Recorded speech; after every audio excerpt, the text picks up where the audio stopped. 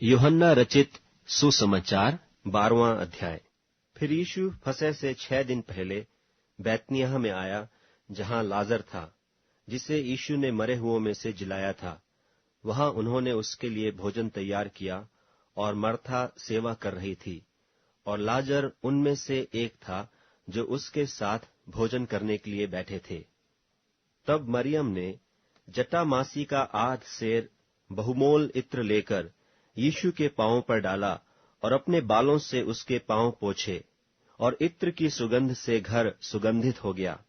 परंतु उसके चेलों में से यहूदा इस्करियोती नाम एक चेला, जो उसे पकड़वाने पर था, कहने लगा, यह इत्र 300 दिनार में बेचकर कंगालों को क्यों न दिया गया।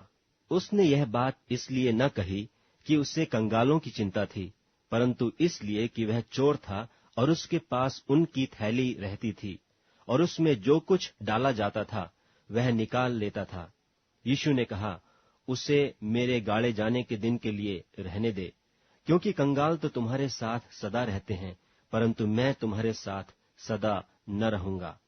यहूदियों में से साधारण लोग जान गए कि वह वहां है, और वे न केवल यीशु के कारण आए, परंतु इसलिए भी कि लाजर को देखें, जिसे उसने मरे हुओं में से जिलाया था। तब महायाजकों ने लाजर को भी मार डालने की सम्मति की, क्योंकि उसके कारण बहुत से यहूदी चले गए और यीशु पर विश्वास किया। दूसरे दिन बहुत से लोगों ने, जो पर्व में आए थे, यह सुनकर कि यीशु यरूशलेम में आता है, खजूर की डालियां लीं और उससे भेंट करने को निकले, और पुकारने लगे कि होशाना, धन्य इस्राएल का राजा जो प्रभु के नाम से आता है। जब यीशु को एक गदहे का बच्चा मिला, तो उस पर बैठा, जैसा लिखा है कि हे सिय्योन की बेटी, मत डर, देख तेरा राजा गदहे के बच्चे पर चढ़ा हुआ चला आता है। उसके चेले ये बातें पहले न समझे थे, परंतु जब यीशु की महिमा प्रकट हुई तो उनको स्मरण आया कि ये बातें उसके विषय में लिखी हुई थीं, और लोगों ने उससे इस प्रकार का व्यवहार किया था। तब भीड़ के लोगों ने, जो उस समय उसके साथ थे, यह गवाही दी कि उसने लाजर को कब्र में से बुलाकर मरे हुओं में से जिलाया था। इसी कारण लोग उससे भेंट करने को आए थे, क्योंकि उन्होंने सुना था कि उसने यह आश्चर्य कर्म दिखाया है। तब फरीसियों ने आपस में कहा, सोचो तो सही कि तुमसे कुछ नहीं बन पड़ता।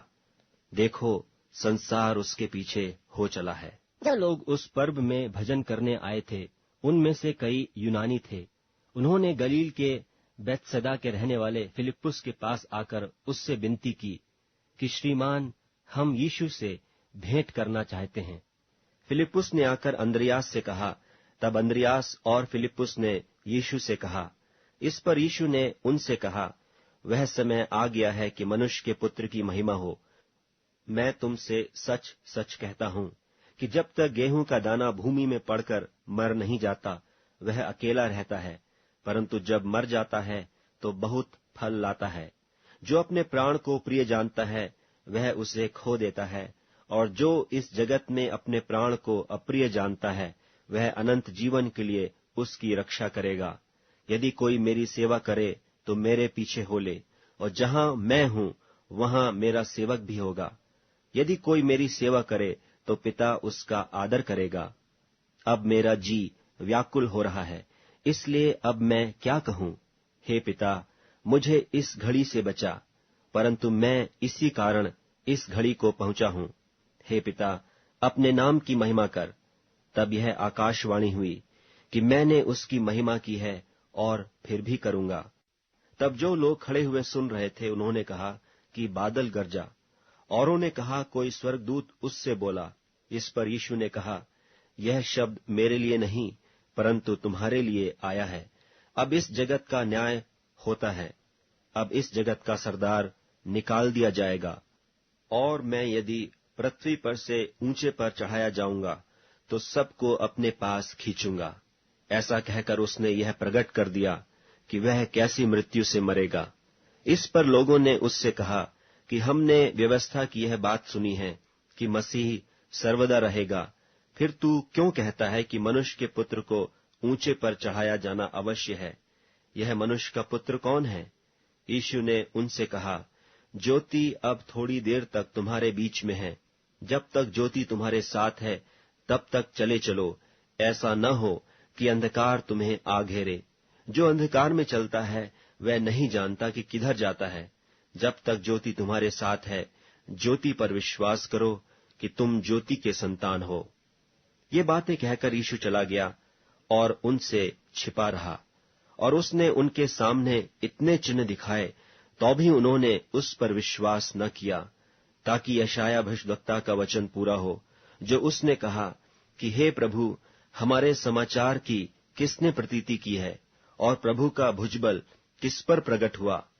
इस कारण वे विश्वास न कर सके, क्योंकि यशायाह ने फिर भी कहा कि उसने उनकी आंखें अंधी और उनका मन कठोर किया है। कहीं ऐसा न हो कि वे आंखों से देखें और मन से समझें और फिरें, और मैं उन्हें चंगा करूं। यशायाह ने ये बातें इसलिए कहीं कि उसने उसकी महिमा देखी और उसने उसके विषय में बातें की। तो भी सरदारों में से भी बहुतों ने उस पर विश्वास किया, परंतु फरीसियों के कारण प्रगट में नहीं मानते थे, ऐसा न हो कि आराधनालय में से निकाले जाएं, क्योंकि मनुष्यों की प्रशंसा उनको परमेश्वर की प्रशंसा से अधिक प्रिय लगती थी। यीशु ने पुकार कर कहा, जो मुझ पर विश्वास करता है वह मुझ पर नहीं, वरन मेरे भेजने वाले पर विश्वास करता है, और जो मुझे देखता है वह मेरे भेजने वाले को देखता है। मैं जगत में ज्योति होकर आया हूं, ताकि जो कोई मुझ पर विश्वास करे वह अंधकार में न रहे।